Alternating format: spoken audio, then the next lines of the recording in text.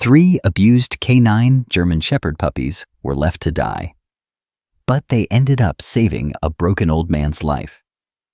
He hadn't spoken to anyone in weeks. His world had become a quiet, crumbling house at the edge of town, filled with silence, regret, and fading photos of a life that no longer felt real. He had buried too much, lost too many, and in his heart, he believed nothing could bring him back. Until they appeared.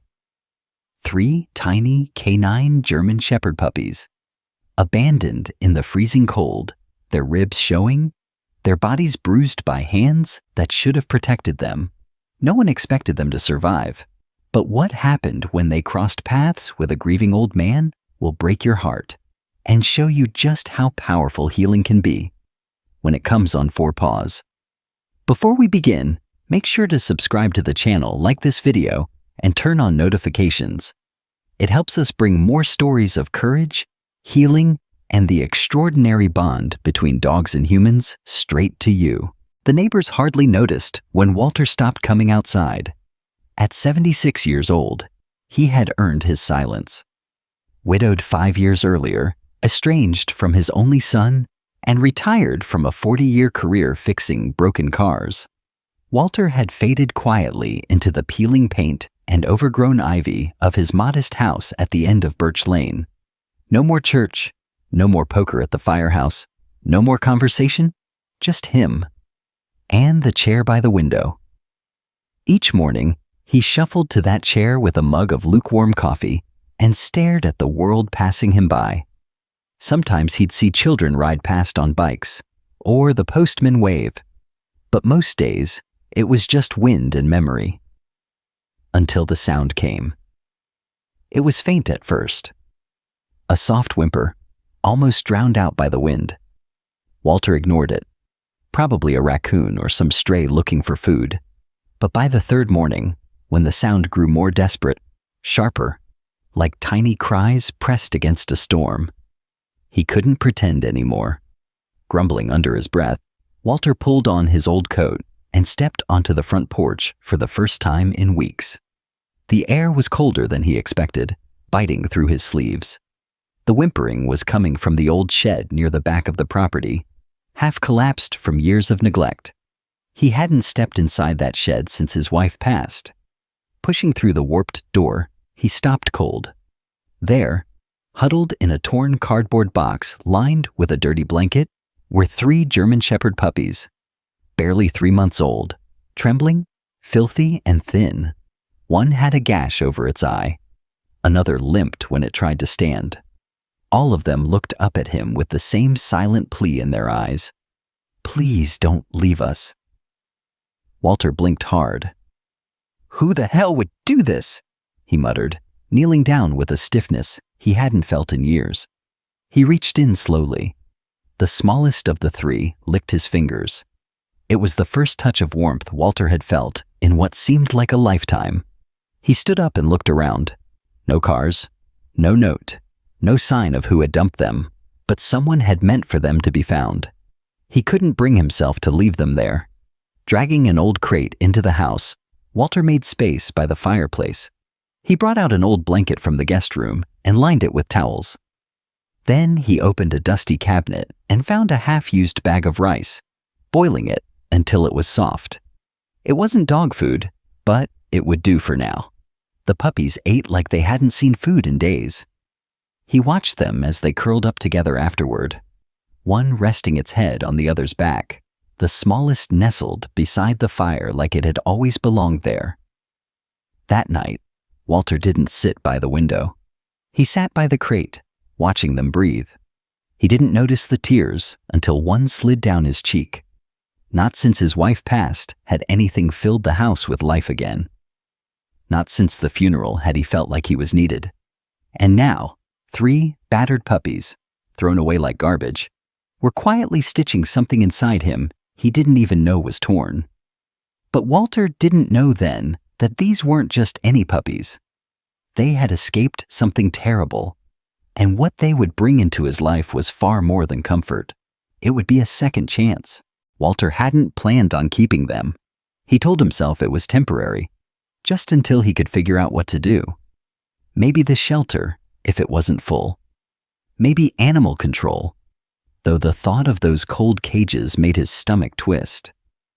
But each morning, as he creaked out of bed and shuffled toward the kitchen, the sound of tiny paws tapping on hardwood greeted him like a sunrise. They followed him everywhere. The largest of the three, a sturdy little male with a dark muzzle, stayed closest. Walter named him Duke. The limping one, a curious female with one ear that flopped over her eye, became Willow. And the smallest, the runt with the gash healing above one eye, he called Rusty. Rusty never barked. He just looked at Walter with this steady, searching stare, like he was always listening for something. By the third day, Walter had cleared out the sunroom, laying down old rugs and bringing in bowls for food and water. He even drove to the nearest store and bought real dog food for the first time since 1982. The girl at the counter smiled. "These for your dogs?" Walter hesitated, then nodded. "Yeah, I guess they are." But as the days passed, something gnawed at him. These weren't ordinary puppies. They moved differently. Their eyes followed commands without being taught. Duke sat and waited by the door each time Walter reached for his coat, unprompted. Willow seemed to respond to changes in Walter's tone, her head tilting whenever he raised his voice, even slightly.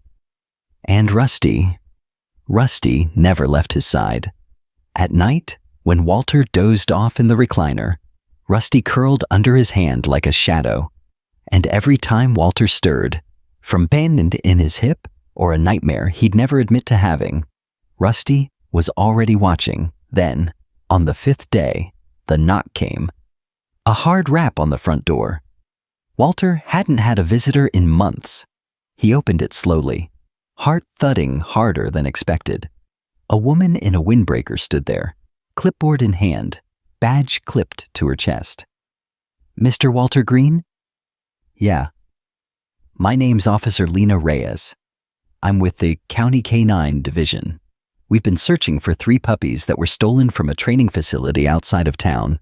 High-value animals, specially bred and donated for future police service." Walter blinked. "You think I stole them?"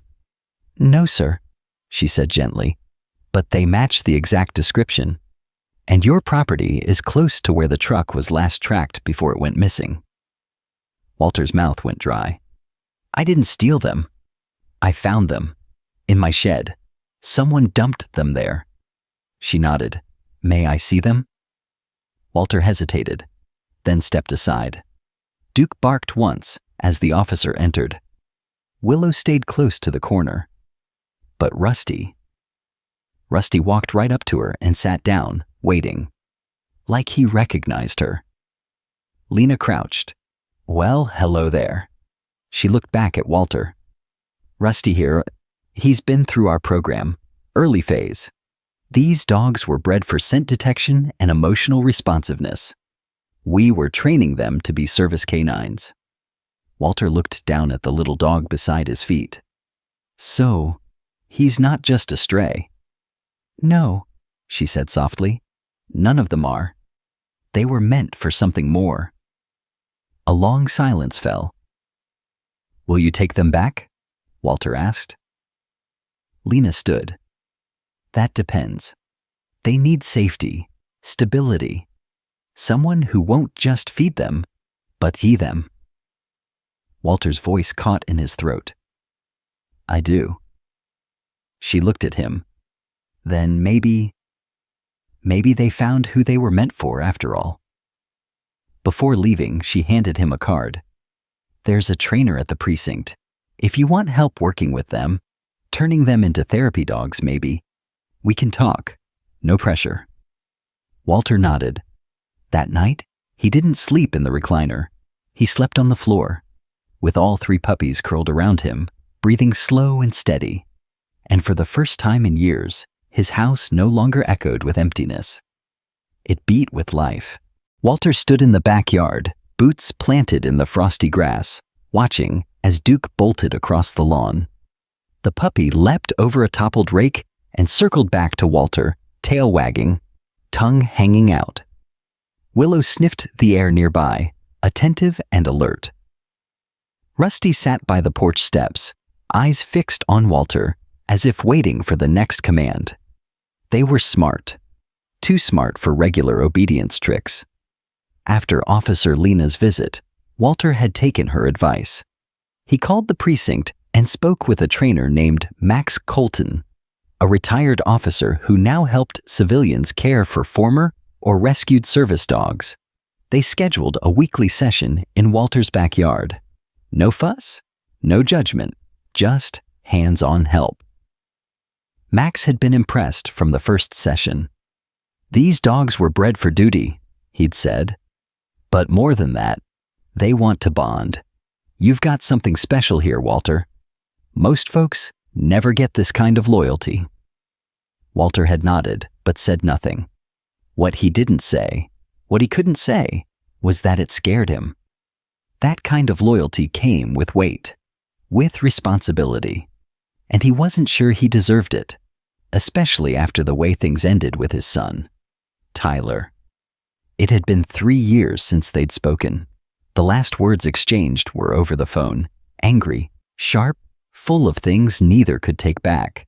Tyler had wanted to sell the house, move Walter into an apartment, somewhere closer to care, he'd said.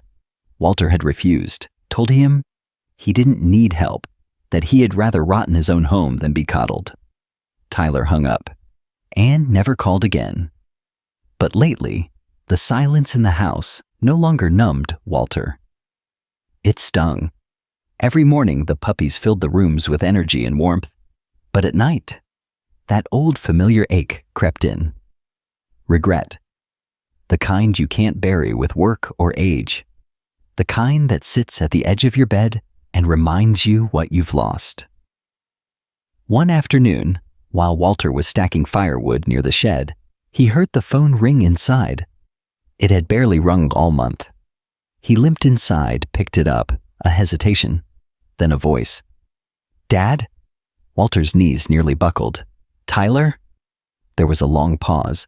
I heard from, Officer Reyes, about the dogs. She's a friend of Clara's, from the school."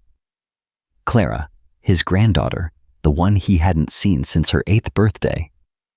"I didn't know you were taking care of them," Tyler said, "or that you were still alone in that house." Walter swallowed hard. "I didn't mean to push you away, son. I was angry, lost. After your mother passed, I didn't know how to keep going." "I know," Tyler said softly. "I didn't either." Silence again. Then, "She misses you, you know, Clara. She asks about you all the time." Walter turned toward the sunroom. Rusty sat on the rug, looking up at him. "Tell her." Walter's voice cracked.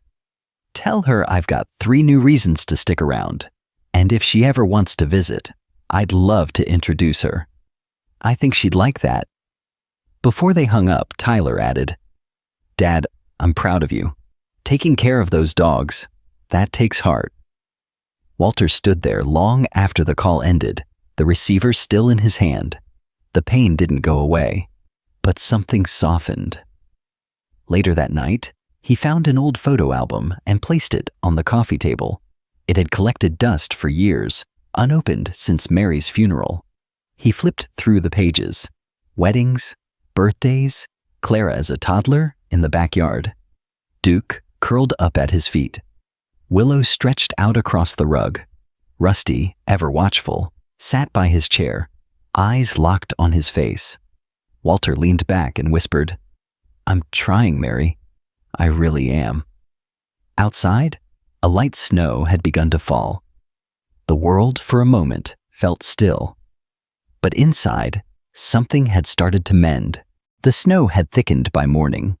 Walter stood at the window, a steaming mug in hand, watching the flakes drift past like lazy feathers. Duke and Willow wrestled near the fireplace, their playful growls echoing through this once quiet house. Rusty, ever the calm sentinel, sat near the door, eyes fixed on the cold world beyond. It was peaceful, the kind of quiet Walter used to fear. But now it carried warmth, purpose, even a little joy. Then came the knock, a sharp, hurried pounding against the front door. Walter froze. Rusty shot to his feet. The other two pups stilled. Walter opened the door. A man stood there, mid-30s, breath ragged, coat soaked from the snow. In his arms was a child, maybe 5 years old, bundled in a wet jacket, limp and shivering. "Please," the man gasped. "She's burning up. The car broke down 3 miles back. I saw the lights from the road." Walter didn't hesitate. "Come in, now." He helped the man inside and cleared a spot on the couch. The little girl was pale, her forehead slick with sweat, her lips trembling even in the warmth. Walter crouched beside her, checking her pulse, the way he remembered from years ago when Clara had the flu. "She's burning," he muttered. "What happened?" "We were headed to the urgent care," the man said, breathless. "But my phone died. The roads were worse than I thought. Then the engine just stopped." Walter placed the back of his hand against her cheek again. "We need to cool her down. Fast." He barked orders like he used to in the shop. Clear, firm, no time to waste. Blankets off. Wet cloths? Cold water. She needs fluids. He carried the girl to the guest room and laid her gently on the bed. Rusty followed, his eyes never leaving the child. Walter returned with a bowl of cool water, dipped a cloth, and placed it gently on the girl's forehead. She stirred, moaned softly. The man sat at the edge of the bed, head in his hands. "I'm sorry. I didn't know what else to do. Her name is Ava. She's my niece. I'm watching her while my sister's overseas. I thought I could handle it." "You're here now," Walter said quietly. "You did the right thing." Hours passed. The fire crackled. Snow piled high outside. And little by little, Ava's breathing calmed. Her fever began to drop, and all the while Rusty stayed at her bedside. Walter watched from the hallway, a strange weight pressing on his chest. Not fear, not grief, something else. Later, when Ava opened her eyes, weak but alert, her gaze landed on the puppy curled beside her. She reached out with a tiny hand. Rusty didn't move, only leaned in closer, letting her fingers rest against his soft ear. She smiled. Walter had to look away.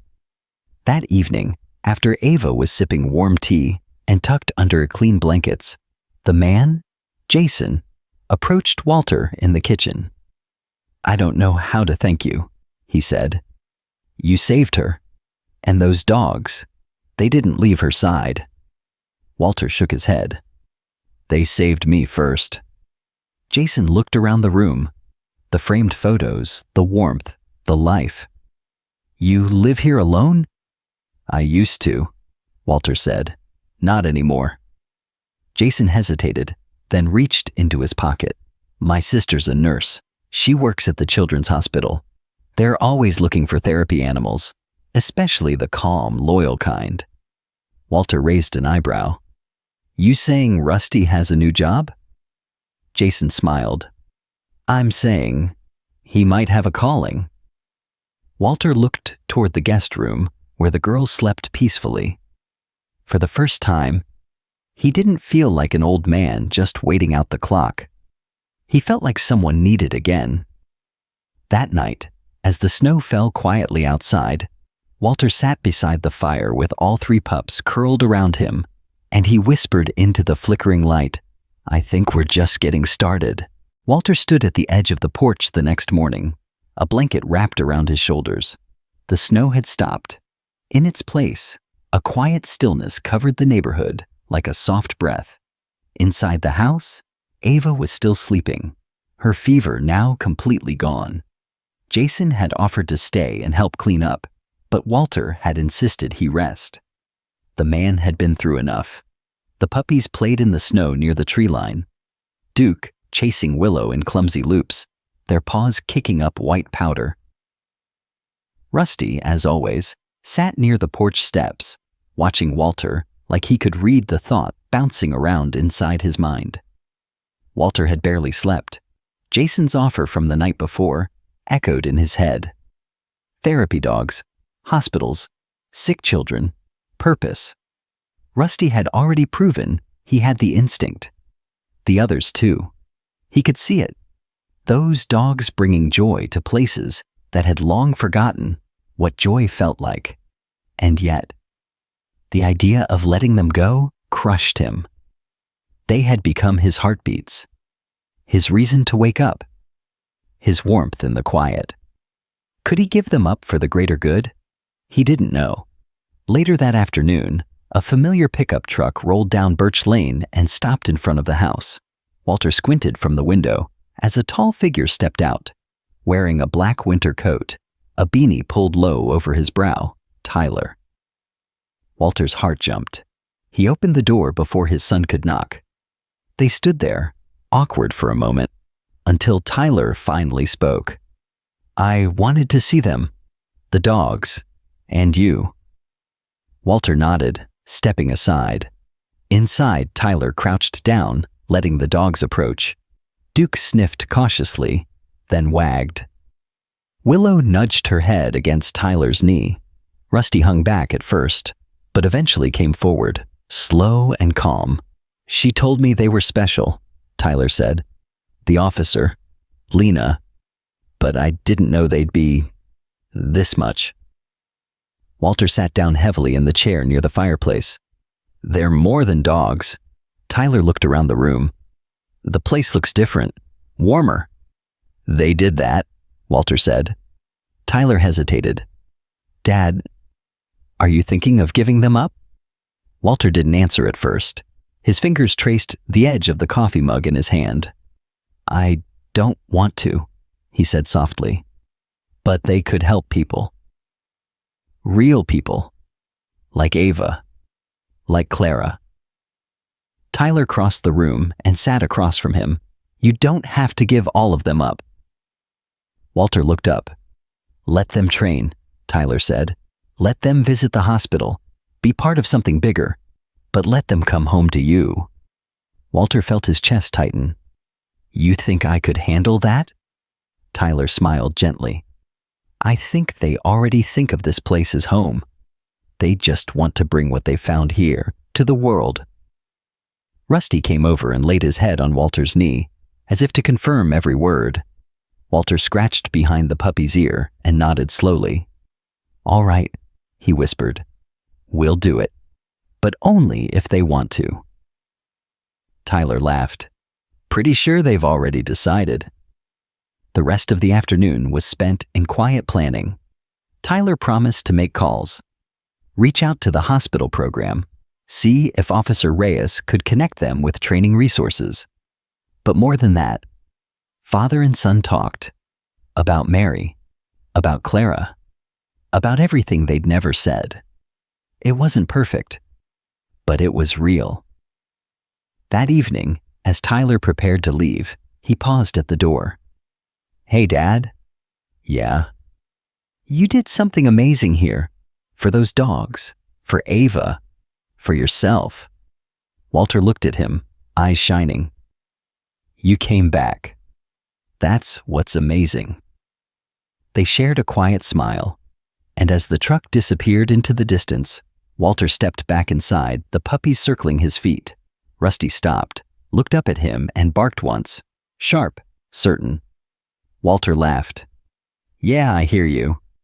He looked toward the photo of Mary on the mantel. "We're not finished yet." The weeks that followed moved quickly, faster than Walter expected for a man his age and dogs who had once trembled at every sound. With Tyler's help, Rusty, Duke, and Willow began a light training schedule with a certified therapy dog handler from the county. Officer Reyes even stopped by once to observe. She knelt beside Rusty and whispered something only the dog could hear. He licked her hand in response. Walter watched it all unfold with cautious pride. He kept the dogs' feeding routine, cleaned their bowls like clockwork, and walked them around the snowy yard even when his knees ached. His home wasn't just alive again. It had rhythm, purpose, and laughter. Sometimes Clara called to ask about the dogs. Walter would send videos of Willow balancing toys on her head, or Duke barking on cue when Walter said, "Who's the boss?" But Rusty was different. He was the calm in the storm, the shadow always near, and he was the one most drawn to people in pain. That was proven one Thursday afternoon when Walter and Rusty visited the children's hospital for the first time. Clara was waiting outside in a bright pink coat, holding her dad's hand. Her smile lit up the sidewalk when she saw Walter.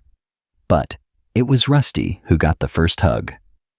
Inside, the halls were painted with murals of forests and rockets, but nothing could cover the smell of antiseptic and the quiet hush of hard days.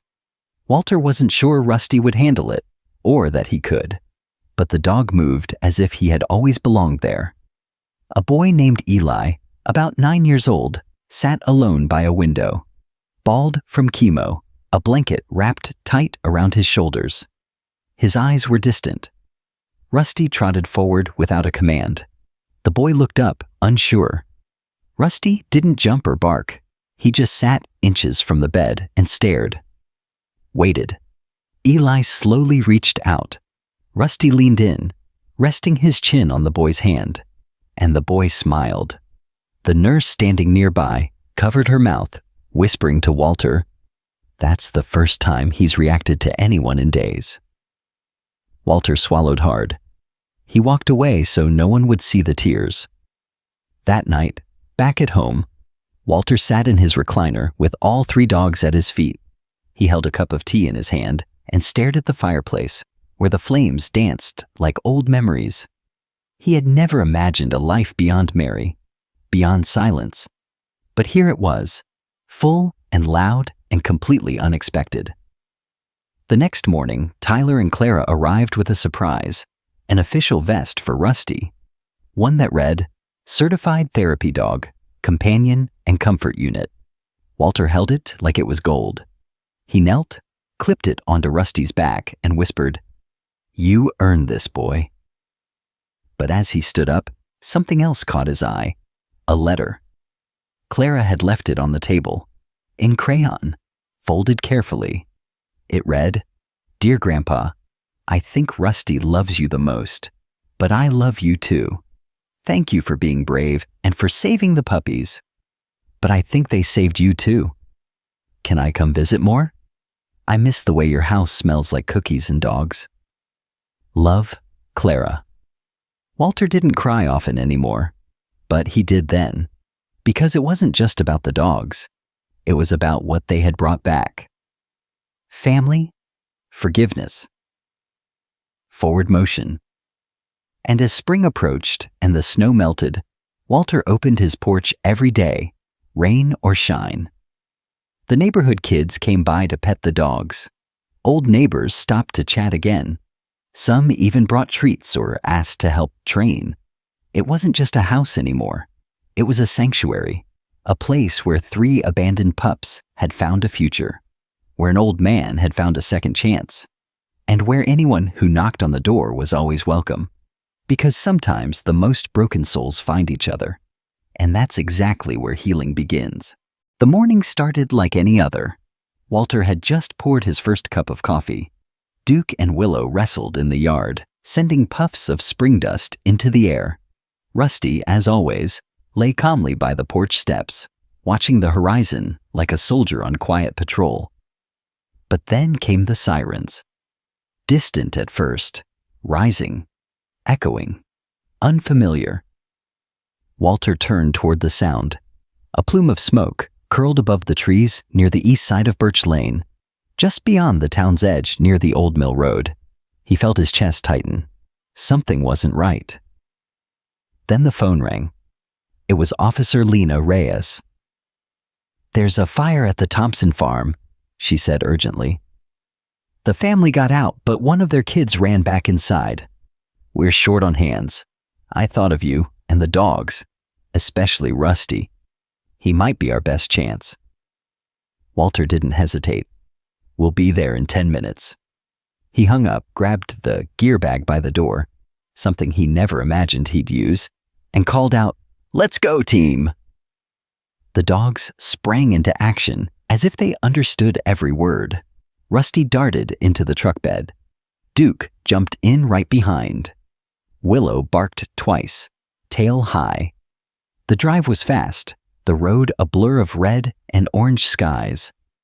Smoke burned Walter's nostrils before he even turned off the ignition. Flames curled around the second story of the farmhouse. Firefighters shouted, hoses arched, but the wind was against them. Lena met Walter at the fence, her eyes tense but hopeful. "Boy's name is Caleb, 6 years old. He was seen heading into the back pantry. They think he's trapped by fallen debris."